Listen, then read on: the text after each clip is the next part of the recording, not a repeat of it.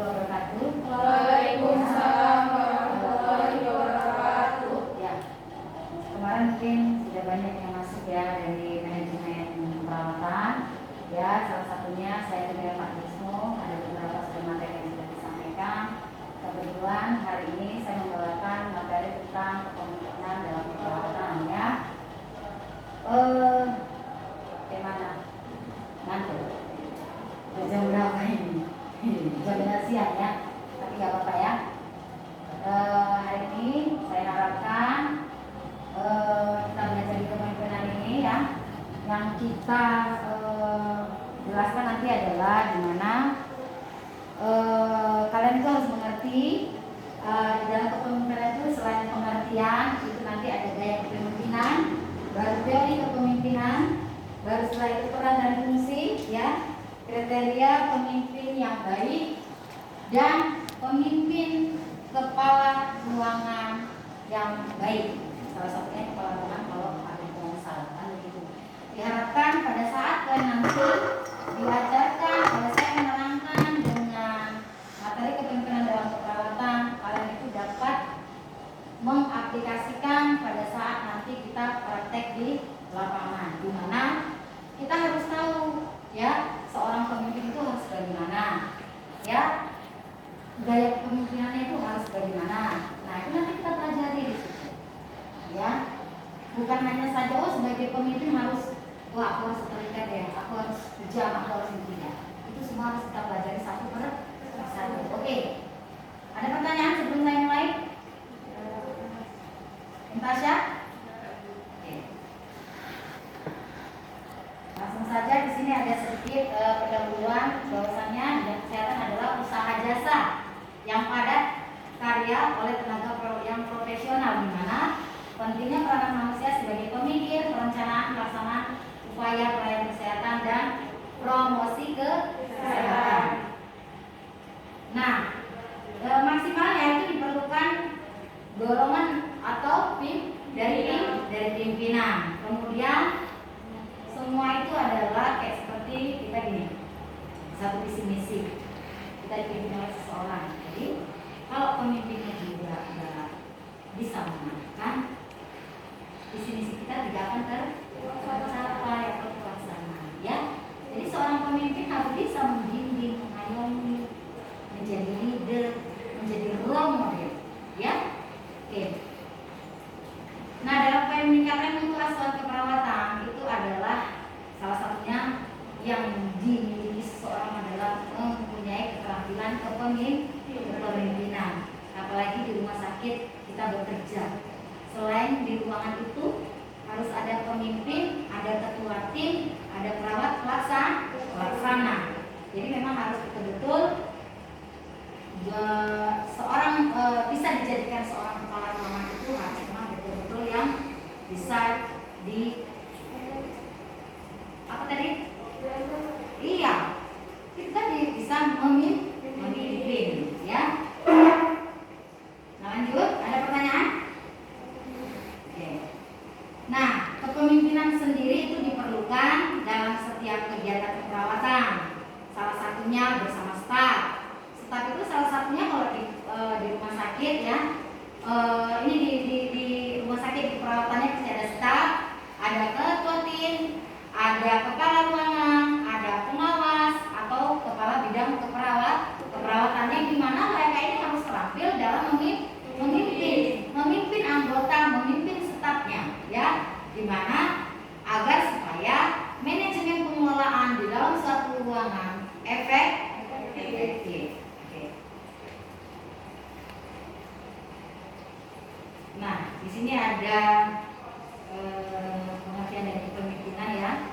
Salah satunya adalah menurut Silver dan Decker, di mana penggunaan keterampilan seseorang dalam mempengaruhi orang lain untuk melaksanakan sesuatu dengan sebaik-baiknya sesuai dengan kemampuan. Itu tadi yang saya bilang, bahwasannya seorang pemimpin harus mempunyai jiwa kepemimpinan, ya, bukan hanya taunya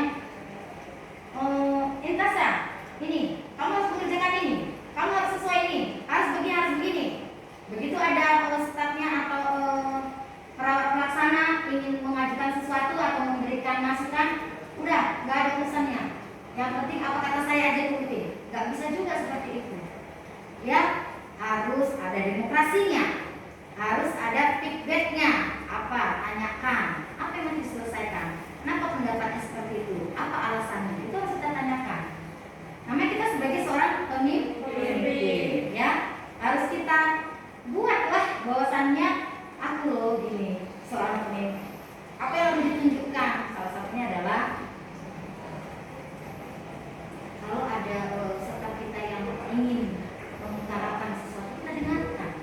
Jangan langsung kita judge, tidak boleh. Ya, kita dengarkan, ya, kita analisis. Ini kenapa? Gitu, ya. Nah setelah itu apa lagi? Ada lagi kepemimpinan adalah interaksi antar kelompok yang dimana proses mempengaruhi kegiatan suatu orang dalam mencapai dari tujuan yang saya ucapkan tadi. Ada visi, ada misi, ya kan?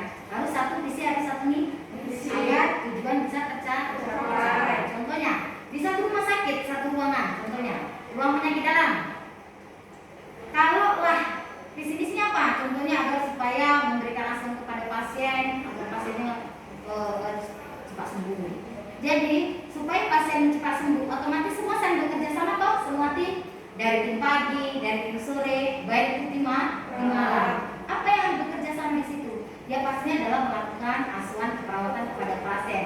Yang pertama adalah berkomunikasi, ya kan? Itu saling ini kan berkoordinasi kan? Nah karena apa? Karena kita kerja di rumah sakit itu memakai tim, satu tim. Kita nggak bisa sendiri-sendiri kerja, ya. Kenapa saya bilang nggak bisa sendiri-sendiri kerja? Yang pertama adalah kita harus ada yang namanya tadi kepala tim pelaksana. Jadi setiap apa yang kita lakukan kita itu harus ada monitornya, harus ada evaluasinya. Yang begitu. Setiap apa yang kita lakukan untuk penyembuhan pasien, oh harus ini. Nanti ternyata pada saat dinas pagi, oh ini belum dilakukan, oh ini belum dilakukan. Jadi kalian itu harus ada pendelegasian atau mau apa namanya? Yang dinas pagi ke dinas sore. Operan. Oh ternyata yang pagi belum melakukan yang ini. Nanti di sore tolong ya dilakukan. Itu namanya kerja tim nggak? Iya kerja tim. Jadi visi misi, sasaran tujuan akan tercapai. Pasiennya sembuh. Iya kan? Semua itu tidak terhindar, tidak ini dari siapa pemimpinnya. Jadi dia yang mengolah, ya kepala ruangan itulah yang mengolah sehingga dia jadi pemimpin yang baik dan benar. Ada pertanyaan sebelum saya lanjut? Oke.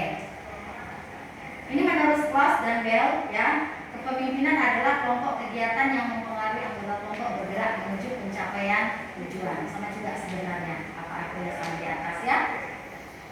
Nah, ada proses mempengaruhi orang lain dalam mencapai suatu tujuan suatu organisasi pasti. Ya iya, ada memang proses yang mempengaruhi orang lain di mana kita memberikan contoh yang baik kepada bawahan atau staf agar bisa mengikuti yang baik dan benar agar supaya pekerjaan berjalan dengan baik. Dalam konteks organisasi, kepemimpinan terutama menekankan pada fungsi pengarahan. Berarti kalau ada fungsi pengarahan berarti kita nggak boleh mengejas, berarti diarahkan. Oh begini. Betul? Tidak boleh mengejas itu tadi. Ingat ya. Setelah itu memberitahu. Gini loh, kan diarahkan nih. Oh nggak tahu. Kita memberitahukan seperti ini. Setelah itu apa lagi? Menunjukkan cara bagaimana kerjanya, ya kan? Setelah itu apa lagi? Dan memotivasi bawahan agar supaya apa? Selain rajin, giat dalam melakukan tugas atau bekerja dan pastinya untuk mendapatkan reward, ya kan? Tahu reward? Apa reward? Penghargaan, ya kan? Bisa saja penghargaan dalam bentuk salary meningkat, bisa saja dalam bentuk pendidikan, bisa saja dalam bentuk pelatihan, ya. Nah, di sini disimpulkan bahwasannya kepemimpinan dalam keperawatan itu adalah penggunaan keterampilan seseorang pemimpin atau perawat dalam mempengaruhi perawat-perawat yang lain di bawah pengawasannya untuk melaksanakan tugas dan tanggung jawab dalam memberikan pelayanan kesehatan dan melakukan asuhan keperawatan sehingga tujuan keperawatan tercapai dengan baik dan benar, sehingga pasien itu bisa pulang sembuh dengan suasana hati bagus, dengan tidak menginginkan komplain, sehingga pada saatnya nanti dia akan loyal lagi balik ke rumah sakit kita. Karena apa? Pelayanan kita, oh bagus tuh rumah sakitnya. Karena apa? Perawatnya, attitude-nya bagus, apalagi komunikasinya, apalagi kerjanya, skillnya, ya kan? Enak kita kalau udah dibilang kayak gitu. Puas gak kalian kalau ada pasien ngomong kayak gitu? Puas. Sehingga tidak ada nih, kerja pun semangat. Iya kan? Selain kerja semangat, apa yang kalian dapatkan selain itu? Pujian pastinya. Oh, susternya baik-baik kok. Iya kan? Jangan sampai ada terjadi komplain, jangan di rumah sakit itu. Nanti ini susternya ini mukanya asem-asem, nggak bisa diajak kerjasama. Mau masuk ke ruangan aja nggak ada senyumnya, nggak ada sapaannya. Nggak boleh kayak gitu. Makanya kita kan diajarkan komunikasi umum, komunikasi keperawatan, komunikasi terapeutik. Ya, gunakan sebaik mungkin dalam melakukan pendekatan kepada pasien dengan menggunakan komunikasi yang baik dan benar yang sudah diajarkan oleh dosen-dosen yang kemarin sesuai dengan konsepnya.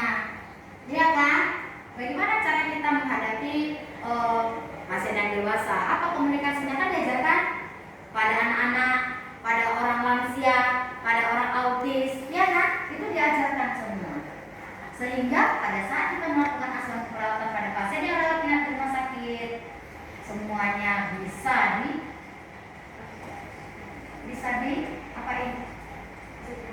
bisa ditaklukkan, bisa dilaksanakan, ya kan? Iya. Oke. Ada pertanyaan? Lanjut. Oke. Berikutnya adalah unsur kepemimpinan menurut Azrul Azwar, di mana yang pertama adalah pemimpin. Adanya pemimpin, adanya pengikut, adanya sifat atau perilaku tertentu, ya, dan adanya situasi dan kondisi tertentu, ya. Tujuan utama kepemimpinan apa?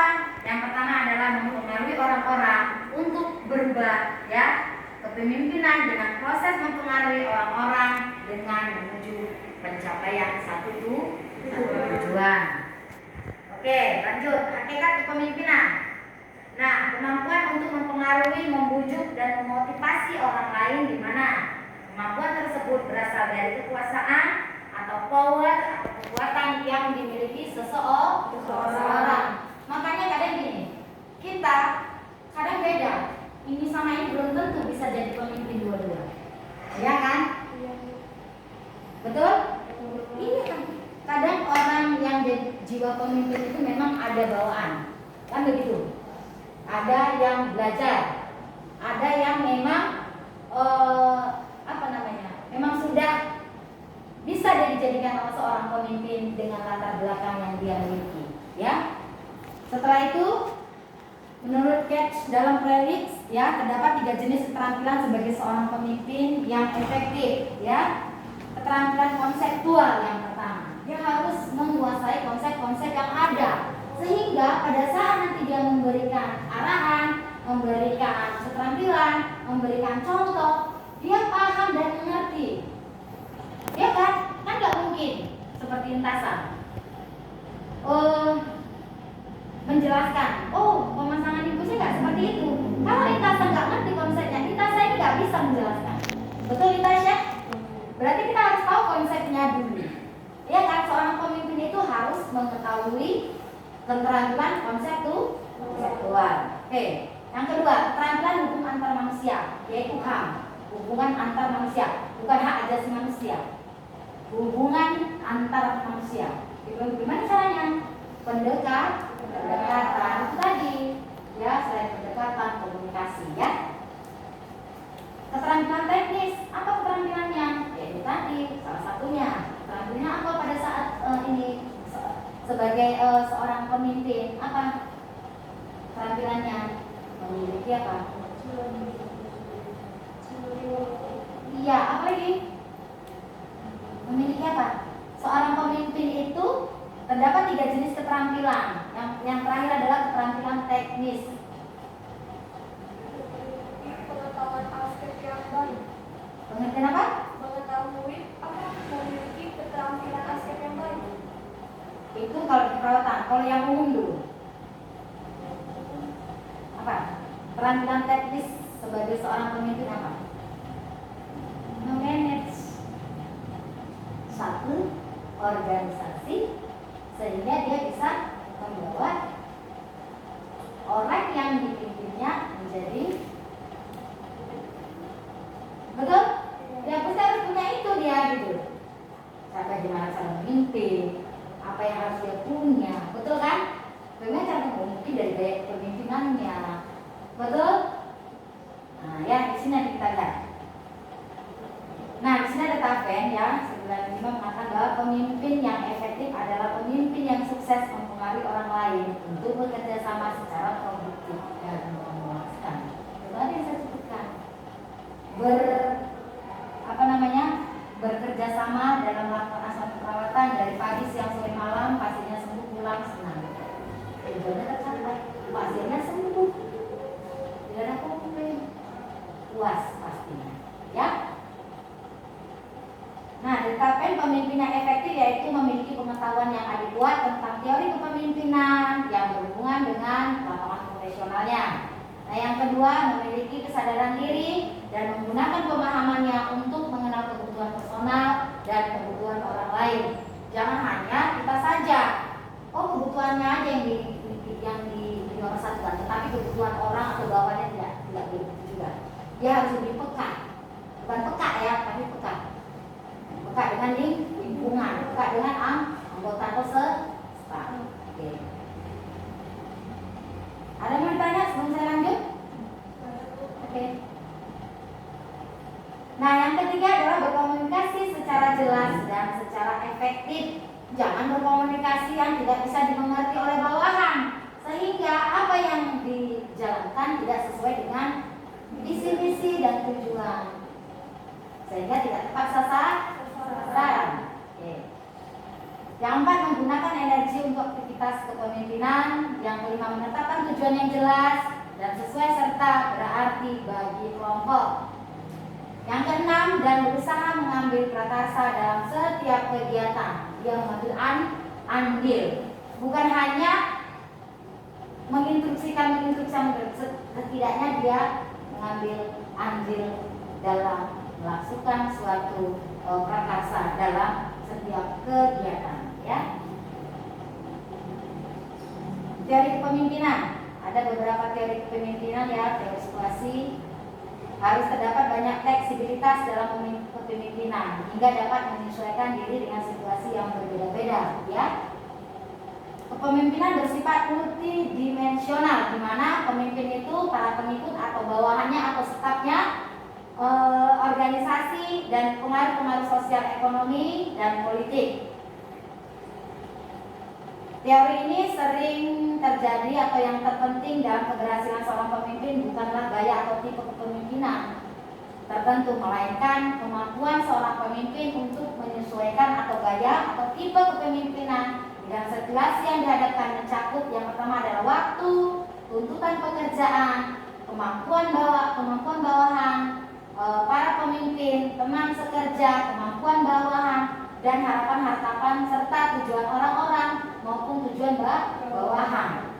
Teori itulah yang mengatakan seperti itu. Ternyata sebagai seorang pemimpin kita harus bisa menghadapi atau mencakup situasi-situasi yang kita harus tahu, waktu, tuntutan pekerjaan. Ya, bagaimana kita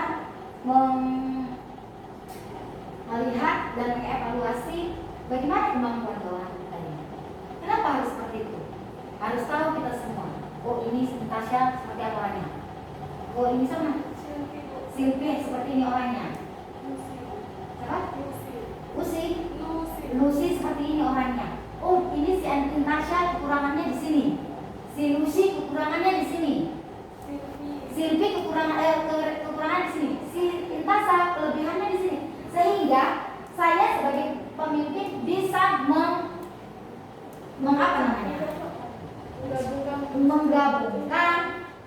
mana kelemahan, di mana kekurangan kelebihan, sehingga itu bisa dijadikan suatu kekuatan, sehingga tim yang ada di dalam bisa bersinergi bersama untuk membangun atau bekerja sama di dalam satu tim untuk memberikan asuhan keperawatan. Nah, setelah itu apa? Para pemimpin juga harus mengerti pemimpin atasan seperti ini, teman sekerjanya juga harus kita tahu, paham kemampuan bawahan dan harapan-harapan apa sih orang-orangnya gitu. Harus seperti apa sih? Kita harus tahu kalau sampai sana pemikiran kita. Nggak gampang menjadi seorang pemimpin. Bu, kalau seorang pemimpin itu sering dipimpin, ya pasti. Ya kan? Apalagi zaman-zamannya sekarang, kalau udah disuruh gini, kan orang ini yang susahnya ini kan ini untuk merubah perilaku yang susah. Padahal peraturan dibuat itu agar supaya mendisiplinkan diri, tapi ada orang yang malas untuk berubah. Kadang itu dijadikan suatu sok kali itu baru jadi pemimpin. Betul nggak Nasya? Dijadikan suatu kelemahan pemimpinnya. Padahal itu adalah untuk kebaikan dia sendiri, ya kan? Oke. Situasi yang diperhatikan seorang pimpinan sangat bergantung kepada tingkat kematangan bawahannya, ya. Nah, setelah itu teori perilaku pribadi ya, di sini menyatakan di mana tindakan pihak pimpinan dan otoritas yang dipergunakan berhubungan dengan kebebasan partisipasi bawahan dalam pembuatan satu keputusan. Nah, teori dukungan, pemimpin percaya bahwa bawahan akan melaksanakan tugas dengan sebaik-baiknya dan dipimpin hanya membantu usaha-usaha bawahan. Pemimpin melaksanakan pengawasan manajer secara umum dan mendorong bawahannya untuk menggunakan kreativitas dan inisiatif mereka dalam hal mengerjakan detail dari pekerjaan. Itu menurut teori dukungan. Nah, teori sosiologi ada lagi, di mana kepemimpinan dianggap terdiri dari usaha-usaha kerja yang dimana pertama membantu aktivitas para bawahan. Yang kedua adalah berusaha untuk menyelesaikan setiap konflik yang ada di dalam suatu organisasi antara pengikut. Pemimpin menetapkan tujuan-tujuan, bawahan turut berpartisipasi dalam bidang pembuatan keputusan akhir. Berikutnya adalah teori psikologis. Fungsi pokok pemimpin adalah mengembangkan sistem motivasi terbaik. Memang harus memberikan motivasi sebagai seorang pemimpin, ya, bukan menjatuhkan, tak boleh. Salah satu tugas seorang pemimpin adalah memberikan motivasi. Motivasi apa? Bisa dari segi hal kerja, bisa dari segi hal pendidikan, ya kan? Bisa dari segi apa lagi? Pendidikan. Terus apa lagi tadi? Pekerjaan. Apa lagi?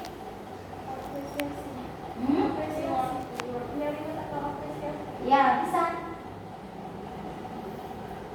Karena banyak yang mau dijadikan reward, ya. Bisa di sekolah kan, bisa di pelatihan, atau bisa menaikkan selera, ya.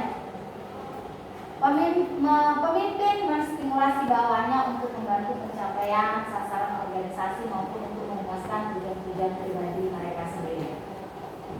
Nah, pemimpin sangat memperhatikan tingkat kebutuhan dari bawahan yang sudah pasti. Nggak mungkin lah apa yang menjadi kebutuhan bawahannya kita nggak open. Habislah, ya kan? Apa yang akan terjadi? Nggak jawab lah. Karena apa yang menjadi kebutuhan pada saat kerja untuk bawahannya, si pemimpin tak mau tahu. Betul? Akhirnya semua terbengkalai, ya. Sehingga pada saat memberikan asuhan keperawatan tidak maksimal. Akhirnya terjadi komplain, ya kan? Terjadilah ujung-ujungnya manajemen konflik, ya kan? Nanti akan kita pelajari semua itu. Nah, setelah itu teori otokratis. Jangan juga menekankan perintah-perintah.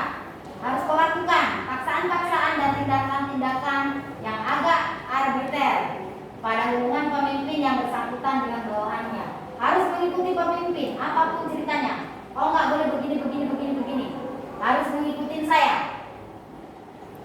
Ya, harus mengikuti saya semua aturan-aturan. Mau menyampaikan saran, mau menyampaikan pendapat tidak ada.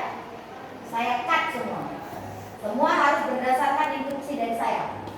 Itu juga tidak bagus. Tidak boleh seorang pemimpin seperti itu. Dengarkan. Kadang ada hal-hal pemimpin ini harus memang kejam. Kadang ada hal-hal pemimpin ini memang harus demokrasi. Kadang ada hal-hal pemimpin ini harus tenggang rasa. Iya kan? Itu tadi. Berarti tergantung tempat dan situasi. Di mana pemimpin lebih cenderung memusatkan pikiran terhadap pekerjaan. Ada pertanyaan? Lanjut? Oke. Kita bicara tadi tentang ini apa namanya? Dari pengertian, dari teori, terus dari teori tadi sudah lewat. Sekarang dari gaya kepemimpinan. Masing-masing orang pasti punya masing-masing gaya kepemimpinan. Kita lihat, ya. Bisa saja gaya kepemimpinan. Oh, dia itu otoriter. Oh, dia itu demokrasi. Oh, itu seperti itu. Tapi kita lihat dari teori konsepnya. Ya, bahwasanya pola perilaku yang ditampilkan sebagai pimpinan ketika pimpinan mencoba mempengaruhi perilaku orang lain. Berikutnya, perilaku yang diperlihatkan bawahan pada dasarnya sebagai respon terhadap gaya kepemimpinan yang ditampilkan pimpinan dalam rangka pengambilan keputusan dan pemecahan suatu masalah. Ada lagi gaya kepemimpinan cenderung bervariasi dan berbeda-beda pula. Berdasarkan apa? Mari kita lihat. Pertama adalah perilaku. Yang dimana perilaku itu adalah kepemimpinan yang positif. Di mana pandangan bahwa orang pada hakikatnya itu bersedia melakukan pekerjaan dengan baik bila diberikan kesempatan dan dorongan yang cukup. Itu tadi yang saya bilang, jangan langsung mengejar, berikan kesempatan, berikan motivasi. Ya. Berikutnya adalah pimpinan memberi motivasi, memperhatikan dan menyediakan sarana yang ada, memperhatikan beban kerja yang ada. Sesuaikan dengan teori yang benar, konsep yang benar. Oh, ini kerja berapa jam? Kalaupun memang mau lebih dari sekian jam, dihitung apapun, itu harus diperhatikan sampai ke situ. Ya, oke.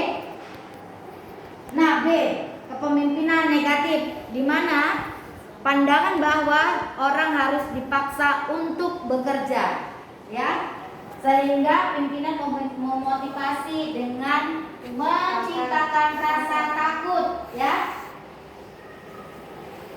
Kekuasaan dan wewenang, di mana kekuasaan dan wewenang itu yang pertama adalah otoriter, di mana berorientasi pada tugas, mempunyai posisi dan power, kekuatan dalam memimpin. Pimpinan menentukan suatu tujuan pengambilan keputusan yang diberikan hanya pada kepentingan tugas, motivasi dengan reward dan punishment. Itu juga disinilah salah satu gaya kepemimpinan itu. Lalu berikutnya demokratis, menghargai sifat kemampuan tiap staf, menggunakan pribadi kemampuan tiap staf, ya, komposisi untuk mendorong ide staf, memotivasi kelompok untuk menentukan tujuan sendiri, ya. Info diberikan seluas-luasnya terbuka, ya. Setelah itu partisipatif, gabungan otokratik dan demokratik, pimpinan menyampaikan hasil analisa dari masalah dan mengusulkan, ya. Ada pertanyaan? Oke. Kalaupun tidak ada lagi pertanyaan, jadi kita ulas kembali. Makanya pada saat saya ajarkan ini diharapkan para mahasiswa harus mampu menguasai tentang pengertian, tentang teori kepemimpinan, tentang gaya kepemimpinan, ya. Ada pertanyaan? Pas? Oke, kalau tidak ada lagi pertanyaan, kita lanjut untuk minggu depan. Terima kasih. Assalamualaikum warahmatullahi wabarakatuh.